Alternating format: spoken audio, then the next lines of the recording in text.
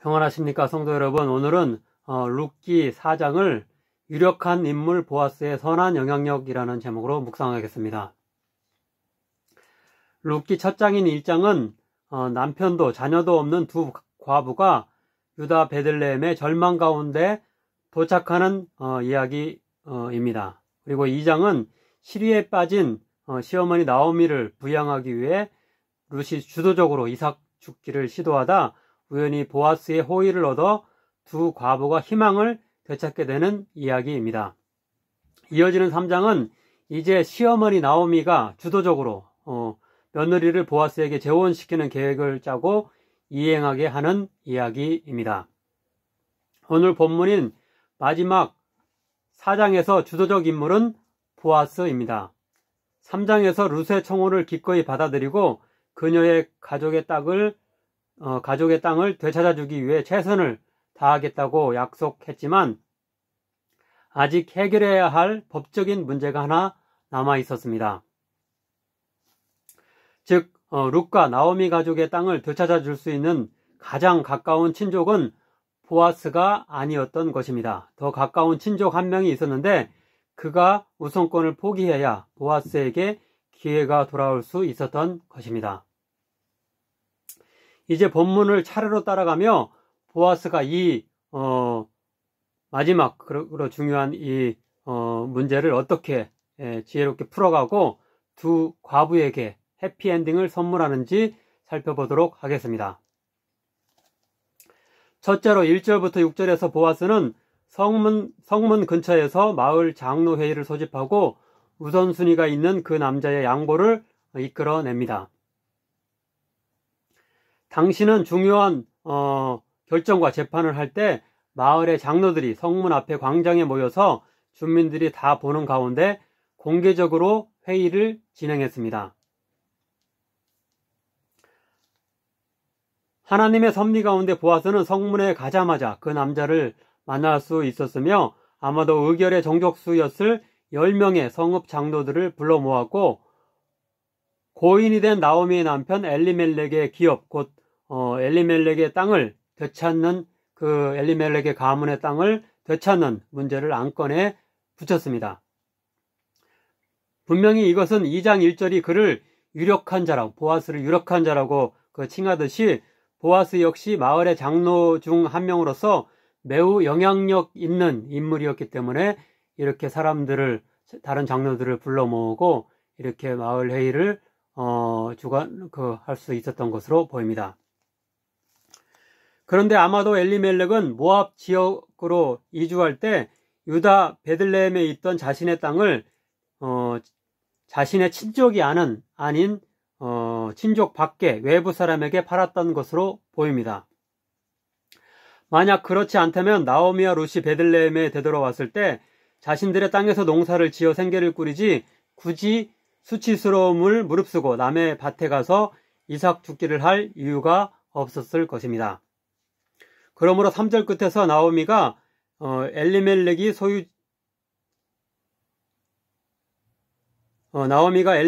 소유지를 팔려고 한다. 나오미가 그 땅을 팔려고 한다라는 번역은 전체 이런 배경과 문맥에 맞지 않는 것으로 보입니다. 히브리어 원어에 근거하면 나오미가 엘리멜렉의 소유지에 대한 권한을 양도하려고 한다라고 번역할 수도 있는데 그 땅을 이렇게 지금 이미 팔아서 가지고 있지 않은데 다시 판다는 말이 이렇게 정확하지 않기 때문에 여기서는 그 땅에 대한 권한을 양도하려고 한다 이렇게 말하는 게 좀 더 적절할 것으로 보입니다. 좀 이해를 위해서 조금 뒤에서 토지를 무르는 일, 곧 되사서 되찾는 일에 대해서 설명을 해보도록 하겠습니다. 바로 이 팔아서 잃어버린 땅을 나오미의 가족에게 되찾도록 하는 시도를 여기서 보아스가 하고 있는 것입니다. 오늘날의 상거래와는 달리 당시 이스라엘에서는 팔았던 토지를 원 소유주가 다시 되살할 수 있는 권리가 있었습니다. 레위기 25장의 희년법이 가장 분명하게 이러한 권리를 규정하고 있는데요. 왜냐하면 토지는 궁극적으로 하나님의 소유로서 모든 가족에게 공평하게 독립적 생계의 도구로 주신 것이기 때문에 일시적으로 다른 가족에게 사고팔 수는 있어도 언제든 원 소유주가 경제력을 회복하면 다시 살 수 있었고, 그의 친족 역시 그 원 소유주를 위해 대신 사줄 수 있으며, 앞에 두 경우가 아니라 하더라도 매 50년이 돈으로 이렇게 되사는 것이 불가능했을 경우는 그냥 50년이 지나면은 무조건 원 소유주에게 토지를 돌려주는 것이 율법의 규정이었습니다. 나오미는 되살 수 있는 경제력이 안 되었고, 또 50년이나 이렇게 기다리면서 이렇게 이삭 죽기만 하면서 살 수는 안 되었기 때문에 그의 친족 중 누군가가 만약 경제력이 있다면은 그런 그 땅을 되찾게 하는 그런 권한을 행사할 수 있었던 것입니다. 친족 중에 여러 명이 그렇게 하려고 한다면 가장 가까운 친족이 우선권을 가지는데, 이미 말씀드린 대로 보아스는 두 번째 우선순위를 지녔고 그보다 더 앞선 사람이 한 명 더 있었던 것입니다. 따라서 보아스는 그 최고의 우선권을 가진 자에게 그렇게 할 의향이 있는지를 묻고, 만약 의향이 없다면 자신이 그렇게 하겠다고 말합니다. 그런데 실망스럽게도 그 사람의 첫 번째 반응은 no, 곧 아니오가 아니라 yes, 곧 예였습니다. 즉 4절 끝에서 그는 내가 물으리라 라고, 내가 이렇게 그렇게 대신 그 되사는 값을 치르고 그렇게 되찾도록 하겠다고 이렇게 대답을 합니다. 아마도 그는 당장은 토지를 사고 나오미의 생계를 책임지는데 상당한 비용이 들겠지만, 그 토지를 물려받을 나오미의 남자 후손이 없고, 나오미는 그리 오래 살지 못할 것이기 때문에 나중에 그 토지가 자연스럽게 자신의 소유가 될 것이므로 충분히 투자할 가치가 있을 것이라고 생각하여서 이렇게 예라고 대답했을 것입니다. 하지만 보아스는 또 다른 구약의 율법을 거론하며 그에게 재차 질문하여 그에게 생각을 바꿔 부정적 대답을 하도록 이끕니다. 즉 5절입니다.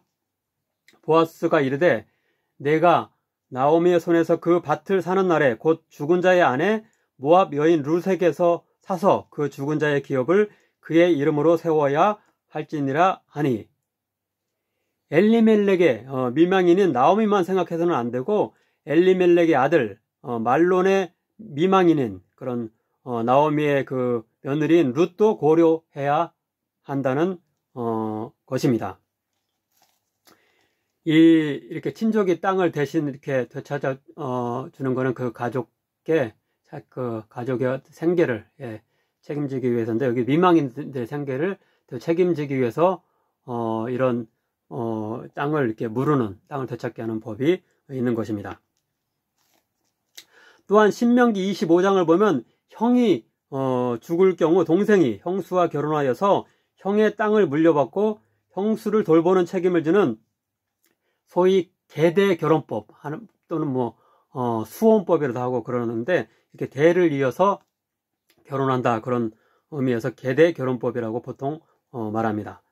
보아스는 바로 이 율법을 보다 넓게 해석을 하고 적용하여서 곧 형제간만이 아니라 친족간에도 그러해야 한다라고 확대해서, 당신이 그 토지를 정말로 얻고 싶다면 룻도 돌보고, 나오미뿐만 아니고 룻도 돌보고 책임져야 한다, 곧 룻과 결혼해야 한다라고 말하고 있다고 볼 수 있습니다.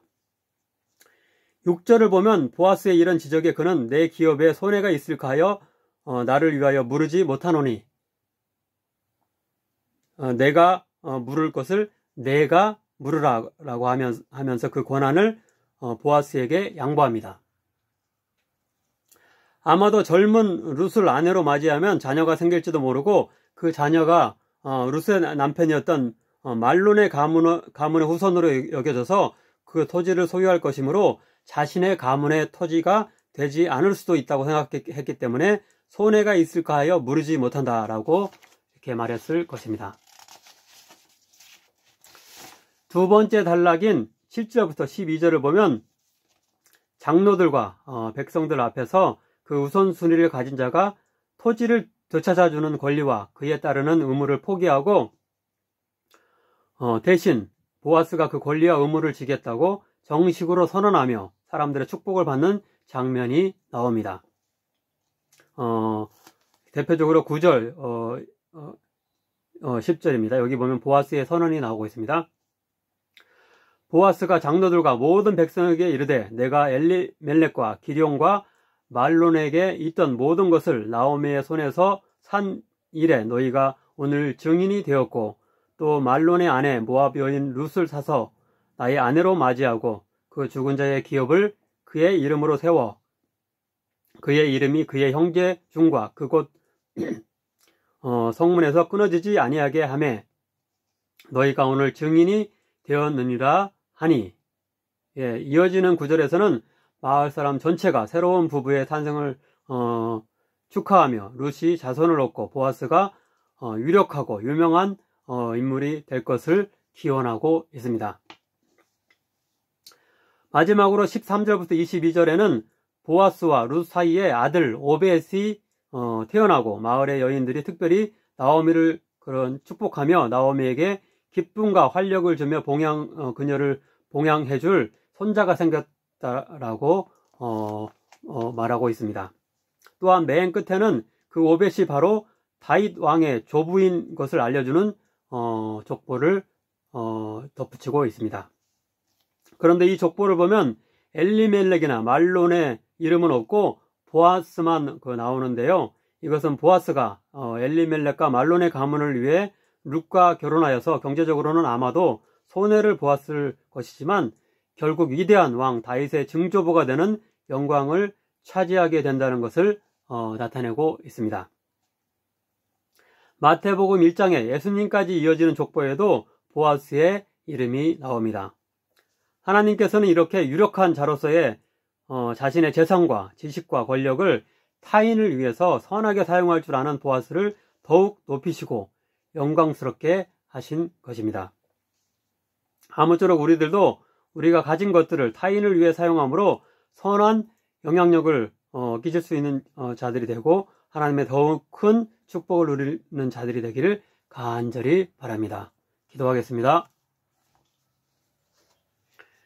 사랑의 하나님, 타인을 위해 멋지게 자신의 것을 사용할 줄 아는 보아스에 대해 배우게 하시니 감사드립니다. 우리도 내 유익만이 아니라 타인의 유익을 위해 내가 가진 것을 사용할 줄 아는 자가 되게 하소서. 세상 사람들과 달리 주변 사람들을 어떻게 하면 이용하여 나만 잘 될 것을 추구하는 자가 아니라 주변 사람들에게 도움을 주며 그들 역시 행복하게 하는 자로 살게 하소서. 예수님의 이름으로 기도하옵나이다. 아멘.